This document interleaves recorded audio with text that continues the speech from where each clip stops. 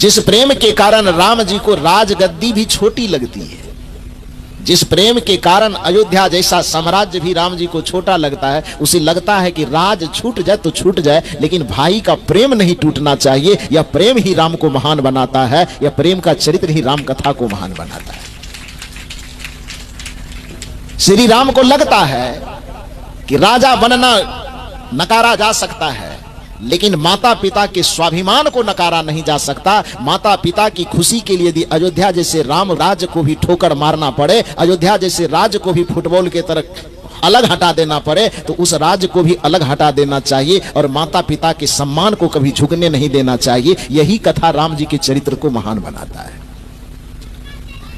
हम उन कथाओं को पढ़ते तो हैं, सुनते तो हैं, लेकिन क्या उन कथाओं को अपने जीवन में उतारने का प्रयास करते हैं?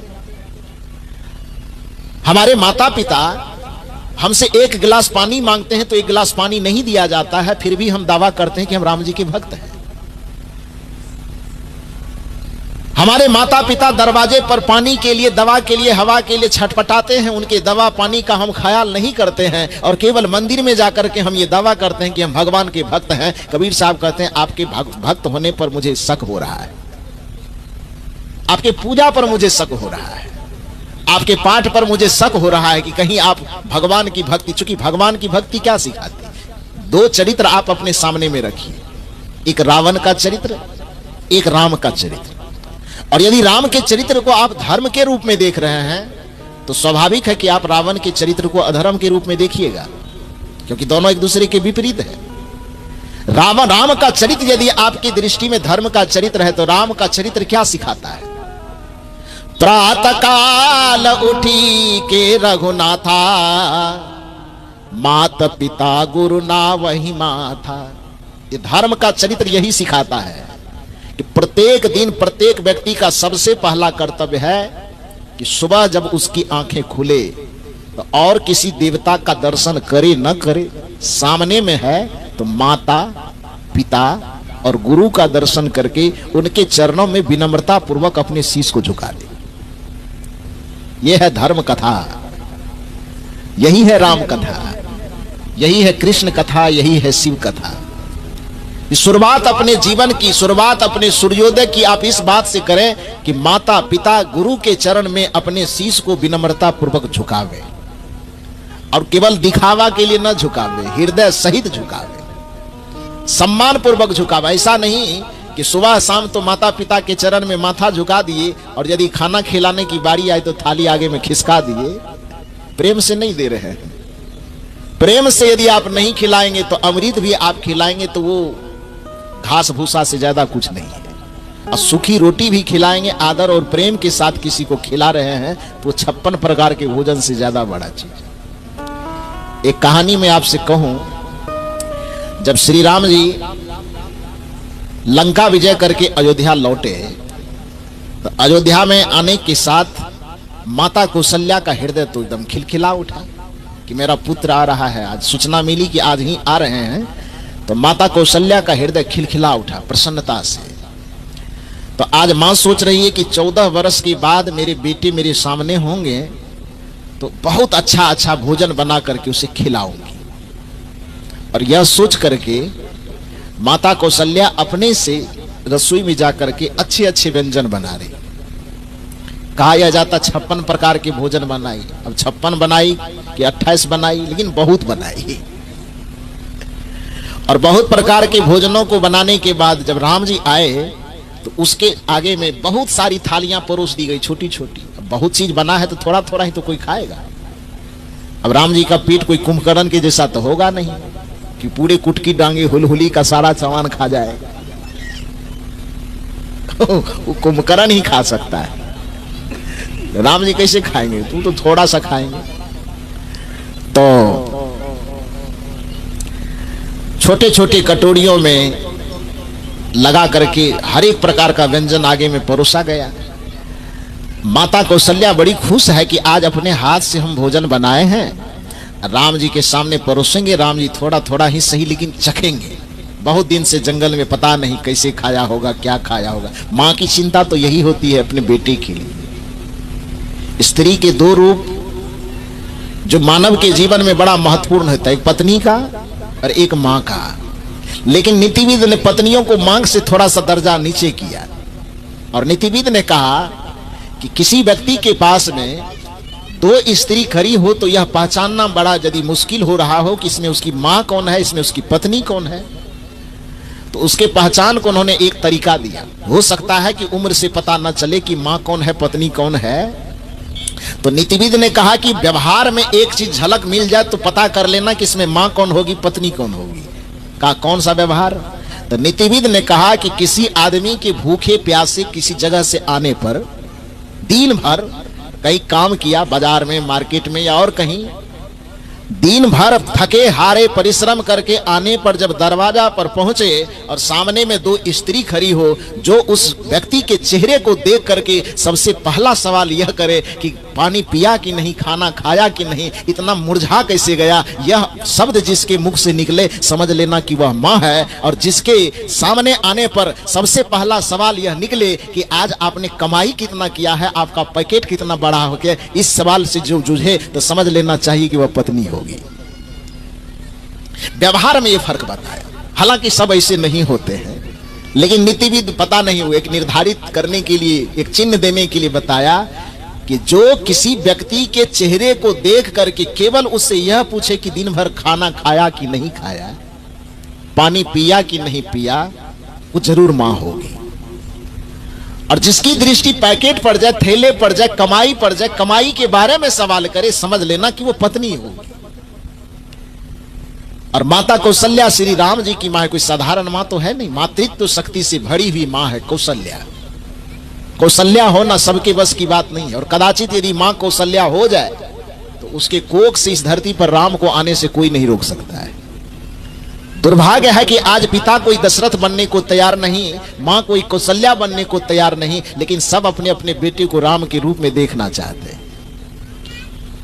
राम के रूप में आपका बेटा होगा, लेकिन पिता और माता का जो दायित्व है उस दायित्व को दशरथ और कौशल्या की तरह निभाना शुरू कीजिए। हो सकता है कि आप व्यक्ति के रूप में कौशल्या ना हो, गड़बड़ा जाएगा आवाज भाई। हेलो, इको थोड़ा कम कीजिए। बोलिए सदगुरुदेव की। तो मैंने आपसे निवेदन किया कि कौशल्या व्यक्ति के रूप में हम बने कि न बने, व्यक्तित्व के रूप में, आदर्श के रूप में हमको कौशल्या बनना चाहिए। और व्यक्तित्व के रूप में कौशल्या बनने के लिए हमें अयोध्या जाने की आवश्यकता नहीं। कौशल्या का मतलब ही होता है जो अपने समस्त दायित्वों में कुशल हो, उसको कौशल्या कहा जाता है। एक बेटी के रूप में आपका जीवन है तो कुशल होकर के जीना शुरू कीजिए कि एक बेटी को कुशलता पूर्वक कैसे जीना चाहिए माता पिता के सानिध्य में। यदि आप एक बहन हैं तो आप इस चीज का स्मरण कीजिए कि एक बहन की भूमिका, एक बहन की कुशलता किस चीज में, किस प्रकार से बहन को जीना चाहिए कि वह कुशल बहन बन सके। यदि आप पत्नी की भूमिका में हैं तो आप अपने चरित्र में ऐसी कुशलता को अपनाइए कि एक अच्छी पत्नी बनने की भूमिका आपकी तैयार हो सके। यदि आप मां के चरित्र में जी रहे हैं तो अपने मां के चरित्र में ऐसी कुशलता को समाहित कीजिए कि धीरे धीरे धीरे एक सफल मां आप बन सके। आप तो आप एक स्त्री के जीवन की जितनी भूमिका है, चाहे वह बेटी की भूमिका हो, चाहे वह बहन की भूमिका हो, चाहे वह पत्नी की भूमिका हो, कि चाहे मां की भूमिका हो, जीवन के इन चारों भूमिकाओं को जो कुशलता पूर्वक जीने की क्षमता रखता है उसका नाम चाहे कुछ भी रहे, उसी को कौशल्या कहा जाता है। और जिसने इस कुशलता को जीवन में धारण कर लिया उसके कोख से राम आएंगे ही आएंगे, उसके कोख से इस धरती पर राम को आना पड़ेगा। क्योंकि पिता यदि दशरथ बन जाए और माता यदि कौशल्या बन जाए तो फिर पिता दशरथ और माता कौशल्या के संजोग से जिस संतान की उत्पत्ति होगी वह राम के जैसे ही होंगे। लेकिन आज धरती पर पुत्र को राम के रूप में तो सब देखना चाहता है, लेकिन कौशल्या बनना कोई मां नहीं चाहती। इसलिए नीतिविद कहते हैं, कल युग बैठा मार कुंडली, जाऊं तो मैं कहां जाऊं, अब हर घर में रावण बैठा, इतने राम कहां से लाऊं। दोष देता है आदमी कल युग को। कोई युग खराब नहीं होता, कोई समय खराब नहीं होता, कोई दिन खराब नहीं होता है, व्यक्ति का आचरण खराब होता है। व्यक्ति का कर्म खराब होता है, व्यक्ति का चाल चलन विचार और व्यवहार खराब होता है। जिस दिन व्यक्ति का चाल चरित्र, जिस दिन व्यक्ति का आचरण और कर्म सुधर जाए वही दिन सतयुग है, और जिस दिन व्यक्ति का कर्म आचरण चाल चरित्र विचार व्यवहार और संस्कार बिगड़ जाए वही कलयुग है। जिस व्यक्ति में सात्विकता बढ़ने लगे समझ लेना कि वह व्यक्ति आज भी सतयुग में जी रहा है, और जिस व्यक्ति में तामसिकता बढ़ने लगे, जिस परिवार में तामसिकता बढ़ने लगे, जिस समाज में तमस गुणों का प्रादुर्भाव होने लगे, समझ लेना चाहिए कि उस व्यक्ति में, उस परिवार में, उस समाज में कलयुग का प्रवेश हो रहा है। जिस व्यक्ति में सत्य आने लगे, दया आने लगे, क्षमा आने लगे, प्रेम आने लगे, करुणा आने लगे, तो समय कोई भी रहे, युग कोई भी रहे, समझ लेना चाहिए कि इस व्यक्ति के जीवन में सतयुग का प्रवेश हो रहा है। तो अपने जीवन में सात्विक कर्मों को अपनाना, सात्विक आचरण को अपनाना, सात्विक विचारों को अपनाना, सात्विक संस्कारों को अपनाना ही अपने जीवन में सतयुग को उतारना है। किसी के जीवन में खान पान का कोई विचार नहीं है, रहन सहन का कोई विचार नहीं, बोलने चालने का कोई विचार नहीं है, जीवन जीने का कोई विचार नहीं है, तो चाहे वह व्यक्ति किसी भी युग में जी रहा हो फिर भी वह कलयुग में ही जी रहा है। किसी भी समय में जी रहा हो फिर भी वह कलयुग में जी रहा है। तो इसलिए आदमी समय को दोष देता है कि कलयुग बैठा मार कुंडली। ये कलयुग कोई कुंडली मार करके नहीं बैठा हुआ है, व्यक्ति का बुरा कर्म कुंडली मार करके बैठा हुआ है। लेकिन फिर भी भजन बनाने के लिए लोगों ने बनाया, कलयुग बैठा मार कुंडली, जाऊं तो मैं कहां जाऊं, अब हर घर में रावण बैठा, इतने राम कहां से लाऊं। तो इतने राम कहां से लाऊं, ये सवाल जो आपके मन में दोहरा रहा है, तो यह मंच आपको एक संदेश देता है। कदाचित इस संदेश को आप समझ सकें और अपना सकें। वह संदेश है, यदि आपके मन में सवाल है कि आज इतने राम मैं कहां से लाऊं, तो उसका एक ही उपाय है कि जिस दरवाजे से होकर के, जिस मातृत्व शक्ति से होकर के, जिस पिता के संजोग से इस धरती पर राम आते हैं, सबसे पहले उस माता और पिता को कौशल्या और दशरथ के रूप में जीवन जीना शुरू कर देना चाहिए, तो शायद बहुत सारे राम आ जाएंगे। लेकिन ऐसा तो हम करते नहीं। खैर जो भी हो, मैंने कहा कि माता कौशल्या निश्चित ही अपने जीवन चरित्र आचरण में बड़ी कुशलता पूर्वक जी होगी, तो उसका मातृत्व कितना प्रिय होगा, कितना उन्नत होगा, ये आप सोच ही सकते हैं। वह माता कौशल्या राम जी के आगमन पर बड़ा खुश हो रही है। जब एक साधारण मां बेटे के वियोग में दुखी हो सकती है और उसके मिलन पर खुश हो सकती है, तो फिर माता कौशल्या क्यों नहीं विरह में रोएगी, और आगमन होगा, मिलन होगा तो प्रसन्नता का क्या ठिकाना। तो इस ख्याल में कि पुत्र आएंगे तो उसके लिए अच्छे अच्छे भोजन बना रही है। बनाई, जैसे ही सामने आई तो सबसे पहले माता कौशल्या ने कहा, और बातचीत बाद में, पहले मुंह हाथ धो, बैठो, खाना खाते हुए जो बात करना है बातचीत भी करो और भोजन भी करो। तो माता की आज्ञा पाकर के श्री राम जी गए, अपना पैर हाथ बढ़िया से धोए, सामने में बैठे, माता थाली में 56 प्रकार की भोजन परोस करके लाई, सामने में दी। छोटे छोटे बर्तनों में थोड़ा थोड़ा ही भोजन था।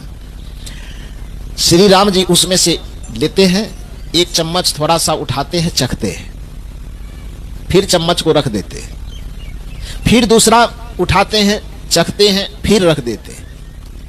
जिस बर्तन को, जिस भोजन को चम्मच में माता ये श्री राम जी उठाते हैं, तो उठाते देख करके माता को बड़ी खुशी होती है कि पता नहीं ये प्रिय लगे, तो खुश होती है। लेकिन जैसे ही चख करके फिर उस सामान को रख देती है तो माता को बड़ा भीतर से पीड़ा होती, पता नहीं ठीक नहीं बना क्या।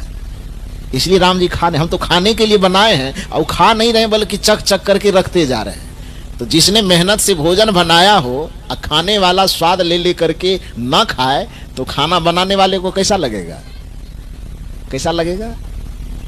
बोले ना बोले लेकिन भीतर से लगेगा पता नहीं ठीक बना है कि नहीं बना, खा नहीं रहे हैं। सामने जिसके लिए भोजन बनाया गया यदि स्वाद ले लेकर के खा ले तो बनाने वाले को बड़ी संतुष्टि होती कि आज मेरा मेहनत सफल हुआ। तो एक तो 14 वर्ष के इंतजार, अपने से भोजन बनाई और श्री राम जी उसको एक चम्मच से लेते हैं, चख करके फिर रख देते हैं। तो उस चख करके जैसे ही रखते हैं चम्मच को, माता कौशल्या बड़ा चिंतित हो जाती, पता नहीं ठीक बना कि नहीं बना। लेकिन सब चम्मच को चखते चखते जब रखते जाते हैं, खा नहीं पाते हैं राम जी, तो माता कौशल्या अंत में पूछ बैठती है कि बेटा एक बात पूछूं, ये भोजन तुम खा नहीं रहे हो, ग्रहण नहीं कर रहे हो, बताओ जरा सा कि भोजन बढ़िया नहीं बना है क्या? तो श्री राम जी मुस्कुरा करके कहते, मां आपके हाथ से बनाया हुआ भोजन ठीक बना है कि नहीं बना, ये तो सवाल ही बेकार है। आपके जैसी मां के हाथ से यदि किसी को जहर भी मिल जाए, शायद वह जहर भी तीता न लगे, वह जहर भी अमृत से ज्यादा मीठा लगे, अमृत भी अमृत से ज्यादा स्वादिष्ट लगे। मां के हाथ का बना हुआ भोजन तो वैसे भी दुनिया के हर एक बच्चे को प्रिय होता है, लेकिन आप कौशल्या हो, मेरा नाम राम है, तो आपके हाथ से बना हुआ कोई भी भोजन होगा वह अप्रिय नहीं हो सकता, उसमें एक अजब स्वाद होगा। तो यह सवाल बेकार है कि स्वादिष्ट बना है कि नहीं बना है। तो फिर माता कौशल्या ने पूछा कि यदि स्वादिष्ट बना ही है तो फिर थोड़ा थोड़ा चख करके रखते क्यों जा रहे हो? यहां पर सुनिए श्री राम जी क्या कहते हैं। श्री राम जी कहते हैं कि देखो मां के हाथ का बना हुआ हर एक भोजन स्वादिष्ट तो होता है, लेकिन 14 वर्ष जंगल में रहने के दरमियान जब मैं जंगल में भटक रहा था तो भटकते भटकते मुझे माता सबरी का दर्शन हुआ था।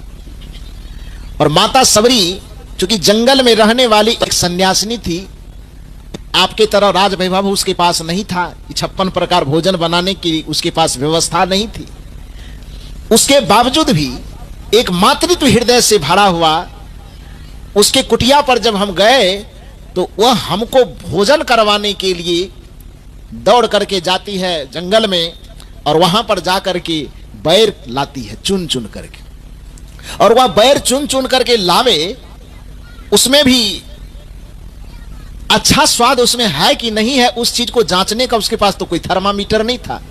तो उस जांचने के लिए कि मेरे राम जो मेरे घर में आए हैं उसको गलत स्वाद वाला बैर न चला जाए, इसके लिए अच्छा अच्छा बैर, अच्छे अच्छे स्वादिष्ट बैर को चखने के ख्याल से प्रेम की भाषा में उन्होंने उस बैर को चख चख कर करके लाई कि कहीं कोई खट्टा वाला बैर न चला जाए। और उसके चखे हुए बैर को जो मैंने खाया था, उस बैर में तो बैर का जो स्वाद मिला वो मिला ही, लेकिन उस बैर में जो प्रेम और सहानुभूति का स्वाद मिला था, उस स्वाद को आज 14 वर्ष के बाद आपके इस थाली में खोज रहा हूं। लेकिन दुर्भाग्य है कि आपके भोजन में स्वाद तो बढ़िया मिल रहा है, लेकिन माता सबरी के बैर वाला स्वाद जो हमने पाया था वो स्वाद आपके भी थाली में हमको नहीं मिल रहा है। ये राम जी का दर्शन है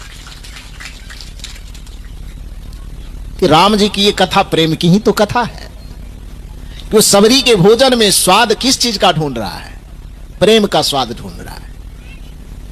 माता कौशल्या के हो सकता है पुत्र के स्नेह का स्वाद उसमें होगा, स्नेह का स्वाद एक अलग है, प्रेम का स्वाद एक अलग है।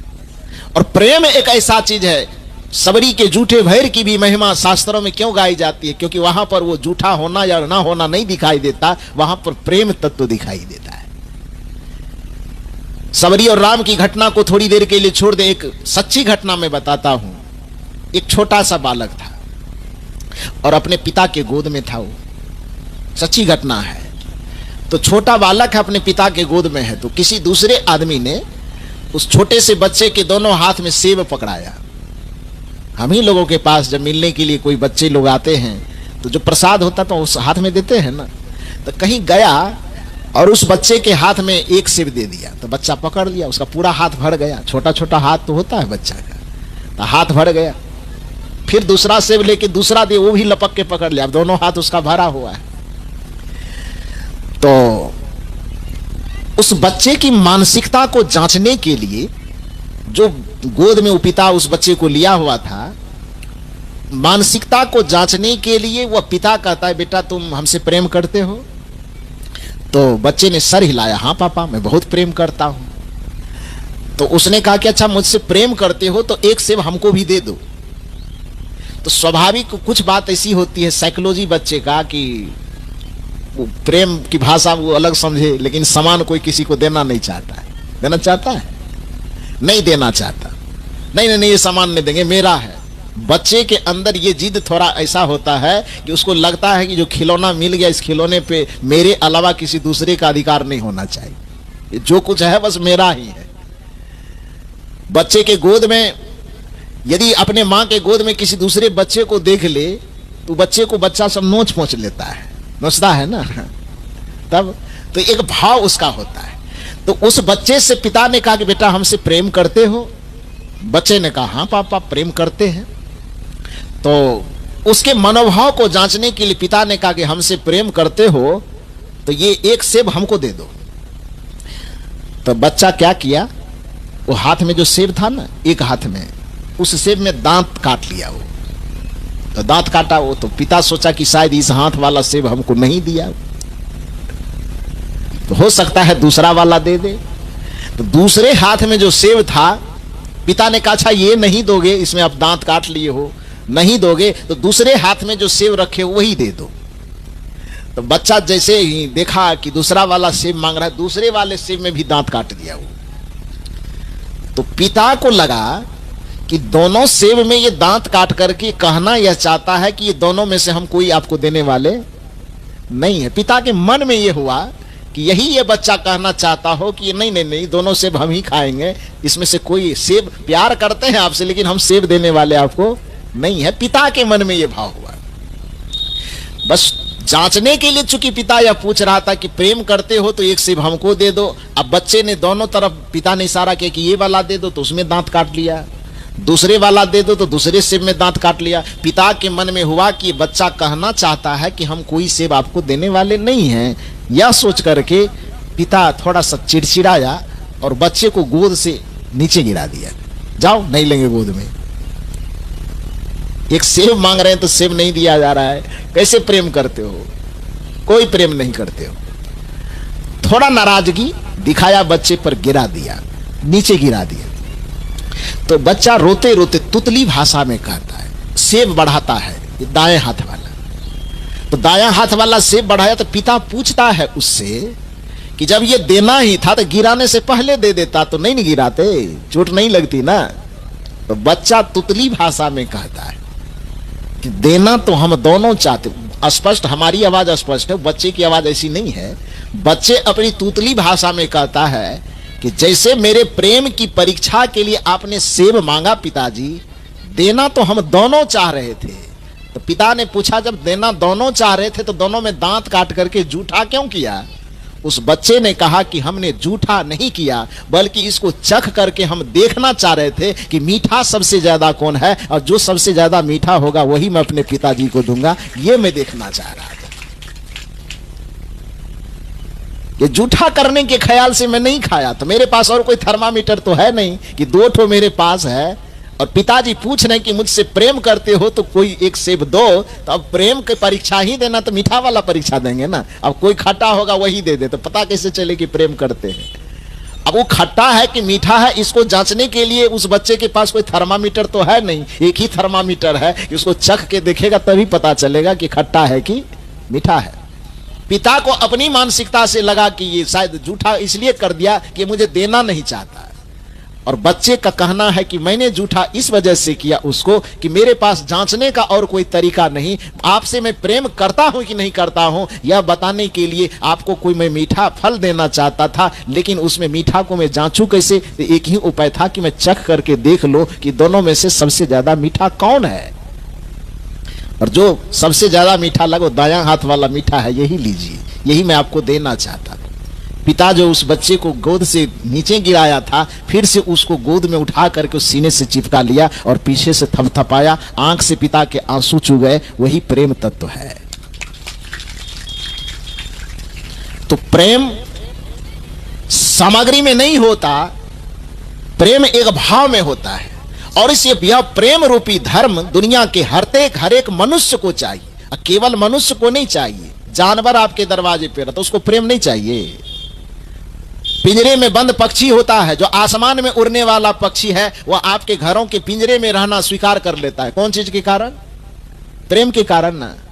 जो कुत्ता सड़कों पर घूम करके आजादी महसूस कर सकता है, वह कुत्ता आपके दरवाजे पर जंजीर में बैठ करके रहना पसंद करता है। किस चीज के कारण? कदाचित जंजीर से खोल भी दे तो भी वह आपके दरवाजे से नहीं जाना चाहता। तो गले से आपने कड़ी वाला जंजीर तो खोल दिया, लेकिन यदि आप उस कुत्ते को प्रेम दे रहे हैं तो आपके प्रेम की जंजीर को तोड़ नहीं पाएगा। प्रेम आदमी की बात तो छोड़िए, चाहे वह पशु हो, चाहे पक्षी हो, चाहे जानवर हो, चाहे कीड़े हो, मकोड़े हो, दुनिया में हर कोई प्रेम का भूखा हुआ है। और इसी प्रेम की कथा को जीवन में धारण करने के लिए कबीर साहब बताते हैं कि इस प्रेम को यदि तू अपना लो तो दुनिया के पशु पक्षी आदमी जितने भी है वो तुम्हारे हो जाएंगे और इससे सबका जीवन लोक मंगलकारी होगा, सबका जीवन सुख से भर जाएगा।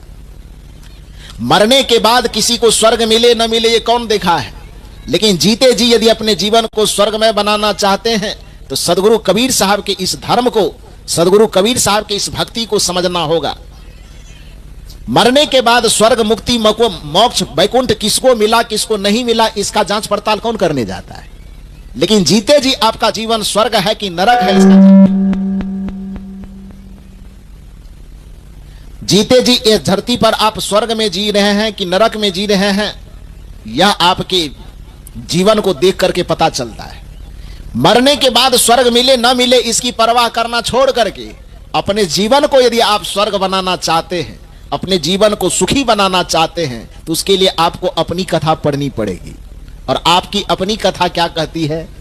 मृदुबानी सुंदर बरताव, ये प्रत्येक व्यक्ति की कथा है। मृदुबानी सुंदर बरताव सभी गुणों की खान है, प्रेम की गंगा बहे जहां पर वह घर स्वर्ग समान है। प्रत्येक व्यक्ति की यह कथा है कि मृदु वाणी, उनकी वाणी मीठी हो, इसकी जरूरत धरती पर किसको नहीं है? बताइए तो, राम वाले को कि कृष्ण वाले को कि कबीर वाले को कि शिव वाले को, किसको नहीं है? वाणी प्रत्येक आदमी की मीठी हो, इसकी जरूरत दुनिया में किसको नहीं है? हिंदू को जरूरत नहीं है, मुसलमान को जरूरत नहीं है, सिख को जरूरत नहीं है, ईसाई को जरूरत नहीं है, स्त्री को जरूरत नहीं है, पुरुष को जरूरत नहीं है। ये धरती के जितने मनुष्य हैं, संपूर्ण मनुष्य को मीठी वाणी की जरूरत है। मृदुवानी सुंदर बरताव, एक दूसरे के साथ सुंदर व्यवहार करना, इसकी जरूरत किसको नहीं है? सबको है कि नहीं? मृदुवानी सुंदर बरताव सभी गुणों की खान है, प्रेम की गंगा बहे जहां पर वह घर स्वर्ग समान है। जिस घर में एक दूसरे आदमी के बातचीत से मीठापन निकले, मीठी वाणी के साथ एक दूसरे से बात करे, कोमल वाणी के साथ एक दूसरे से बात करे, समझ लेना चाहिए कि उस घर में स्वर्ग का पहला कदम उतर चुका है। परिवार में, समाज में, जहां कहीं भी हम एक दूसरे के साथ व्यवहार करें तो अच्छा व्यवहार करें, प्रेम पूर्वक व्यवहार करें, विनम्रता पूर्वक व्यवहार करें, अपने व्यवहार में अहंकार की गंध न आने दें, अहंकार की झलक न आने दें। यह स्वर्ग की दूसरी सीढ़ी है। और जिस व्यक्ति के बीच में हमारा व्यवहार हो रहा हो, उस व्यक्ति के हृदय में प्रेम की तरंग उठे, उस व्यक्ति के लिए हमारे हृदय से, भावना से, कर्म से प्रेम की गंगा प्रवाहित हो, यह स्वर्ग की तीसरी सीढ़ी है। मृदुवानी सुंदर बरताव, मृदुवानी का मतलब कोमल वाणी, मीठी वाणी। मृदुवानी सुंदर बरताव सभी गुणों की खान है, प्रेम की गंगा बहे जहां पर यह घर स्वर्ग समान है। यही कबीर साहब की प्रेम कथा है, यही सदगुरु कबीर साहब की ज्ञान कथा है, यही सदगुरु कबीर साहब की धर्म कथा है, जो किसी मनुष्य के लिए त्यागने योग्य, किसी के लिए ग्रहण करने योग्य नहीं है, बल्कि धरती के जितने मनुष्य हैं, चाहे वह किसी देश का हो, किसी राज्य का हो, किसी वेश का हो, किसी मत का हो, किसी मजहब का हो, किसी पंथ का हो, किसी संप्रदाय का हो, हर एक मनुष्य को इस चीज की आवश्यकता है। इसलिए सदगुरु कबीर साहब का जो धर्म है, सदगुरु कबीर साहब का जो ज्ञान है, किसी एक व्यक्ति के लिए नहीं, किसी एक पंथ के लिए नहीं, किसी एक मजहब के लिए नहीं, किसी एक राष्ट्र के लिए नहीं, किसी एक राज्य के लिए नहीं, बल्कि धरती पर जितने भी मानव हैं, मानव मात्र के लिए सदगुरु कबीर साहब का ज्ञान उपयोगी है। क्योंकि वह वही बात करते हैं जो मनुष्यता की बात है, वह वही बात करते हैं जो मानवता रूपी धर्म की बातें। मृदुवानी सुंदर बरताव सभी गुणों की खान है, प्रेम की गंगा बहे जहां पर वह घर स्वर्ग समान है। तो इसलिए सास बहू के साथ व्यवहार करे तो प्रेम पूर्ण व्यवहार करे। बच्चे यदि माता पिता के साथ व्यवहार करे तो प्रेम पूर्ण व्यवहार करे। पति और पत्नी एक दूसरे के साथ व्यवहार करे तो प्रेम पूर्ण व्यवहार करे, शालीनता के साथ व्यवहार करे। बोले तो थोड़ा नरम होकर के बात करे। अहंकार में तनतना करके एक दूसरे के साथ बात न करे, क्योंकि अहंकार जहां पर होता है वहां पर नरक का वास होता है, और सम्मान और सद्भाव जहां पर होता है वहीं पर स्वर्ग का वास होता है। ऐसा नहीं करने पर यदि व्यक्ति अपने वाणी में कर्कशता रखेगा, व्यवहार में कठोरता रखेगा, तो फिर वो किसी भगवान की पूजा करे, कोई भगवान उसके ऊपर दया कृपा करने वाला नहीं है। संसार की सारी संपदा को अपने बस में करना चाहते तो सबसे पहला काम कीजिए कि अपने वाणी की कठोरता का त्याग कीजिए, अपने हृदय की कठोरता का त्याग कीजिए और वाणी में थोड़ी सी नम्रता, थोड़ी सी कोमलता लाई। एक उदाहरण मैं दूं आपको कि एक बार ब्रह्मा जी के पास पूरे संसार के लोग पहुंचे। संसार का जो लोगों का प्रतिनिधि होगा वो पहुंचा होगा, देव के प्रतिनिधि, दानव के प्रतिनिधि, और उन्होंने कहा कि संसार में ऐसा है कि अचानक प्रलय आ गया। प्रलय के बाद भयंकर बाढ़, भयंकर पानी आया, जिसके कारण से पूरे संसार में उथल पुथल मच गया। जैसे कहीं पर मान लो कि बाढ़ आ गया, तो बाढ़ आने के बाद किधर पशु मरेंगे, पक्षी मरेंगे, जानवर मरेंगे, कीड़े मकोड़े कितने मरेंगे इसकी कोई गिनती तो है नहीं। अब बाढ़ जब सूख जाए तो जो मरे हुए प्राणी है इधर उधर दुर्गंध करेगा कि नहीं करेगा। तो जहां पर इस तरह की घटना आई थी, बाढ़ का रूपी प्रलय आया था, उस जगह के कुछ लोग ब्रह्मा जी से मिलने गए और ब्रह्मा जी से कहे कि ब्रह्मा जी, ऐसा है कि हमारे नगर में बाढ़ रूपी प्रलय आ गई थी, पूरी गंदगी फैल गई है, पूरे गंदगी को समाप्त करने की क्षमता हम मनुष्यों के पास नहीं है, तो आप कुछ ऐसी कृपा कीजिए कि वो गंदगी, वो प्रदूषण समाप्त हो जाए। तो ब्रह्मा जी ने कहा कि ठीक है, यदि ऐसा है तो हम कुछ कोशिश करते। अब कोशिश करने के क्रम में क्या किए, तो जितना कौवा होता, कौवा समझते हैं ना, पक्षी, उस सब कौवा को ब्रह्मा जी ने आदेश दिया, एक जगह बुलवाया, उस सब कौवा इकट्ठा हुआ। ब्रह्मा जी ने कहा देखो जी, कुटकुट डांगी हुलहुली में बाढ़ की घटना घटी थी और वहां पर भयंकर एकदम प्रदूषण फैल गया है, गंदगी फैल गई है, हुलहुली वाले लोग उसको समाप्त नहीं कर पा रहे हैं। मीटिंग बिठा करके मेरे पास आए हैं, तो जाओ, मेरा आदेश है, कुटकुट डांगी हुलहुली में जितनी गंदगी मिले तुम सब मिल करके उसको साफ कर देना। तो कौओं ने कहा कि अब ब्रह्मा जी आपकी जो आज्ञा होगी वो तो माननी पड़ेगी। सब कौवा आया और वो तो चूंकि सफाई का उसको अभ्यास है कौवा को, तो सब मिल करके जब वो काम करना शुरू किया, धीरे धीरे धीरे धीरे पूरी गंदगी को समाप्त कर दिया। जब पूरी गंदगी समाप्त हो गई, फिर लौट करके सब कौवा जाता है ब्रह्मलोक। ब्रह्मा जी ने पूछा सब सफाई हो गई? सब कौवा ने कहा हाँ महाराज, सब सफाई हो गई। तो ब्रह्मा जी कहते हैं कि अब संसार के जो प्रतिनिधि हैं उनको बुला करके पूछना होगा। तो उनसे पूछा कि भैया ये लोग तो कह रहा है कि सफाई कर दिए, सब कौवा में कह रहा है, आप लोग बताइए आपके इलाके की सफाई हुई कि नहीं हुई? तो सबने कहा कि हाँ हाँ सफाई हो गई। लेकिन उसी में एक आदमी खड़ा हुआ, उसने कहा महाराज मैं क्या बताऊं, ये बात तो सच है कि पूरे इलाके की सफाई हो गई, लेकिन मेरा एक घर बचा रह गया, मेरे घर की सफाई नहीं हो सकी। तो उसमें कौवा का जो हेड था उसको बुलाया गया, इधर आइए। जब पूरे नगर के गंदगी को समाप्त कर दिए, पूरे गंदगी को साफ कर ही दिए, तो गांव में एक घर को क्यों छोड़ दिए? इससे क्या दुश्मनी थी बेचारे से? इसने कोई पाप तो नहीं किया, कोई अपराध तो नहीं किया, कोई गलती तो नहीं की कि सबका साफ कर दिए, एक आदमी का छोड़ दिए। क्या बिगाड़ा इसका जो छोड़ दिए? कौवा ने कहा कि महाराज ये आदमी कुछ बिगाड़ा नहीं है, अलग से कोई पाप भी नहीं किया और इससे मेरी कोई दुश्मनी भी नहीं है। तो कहा जब कोई दुश्मनी नहीं, कोई गलती नहीं किया, तो इतना बताओ कि जब पूरे इलाके की गंदगी को साफ कर दिया तो इसके घर की गंदगी को साफ क्यों नहीं किया? अब ध्यान से सुनिए।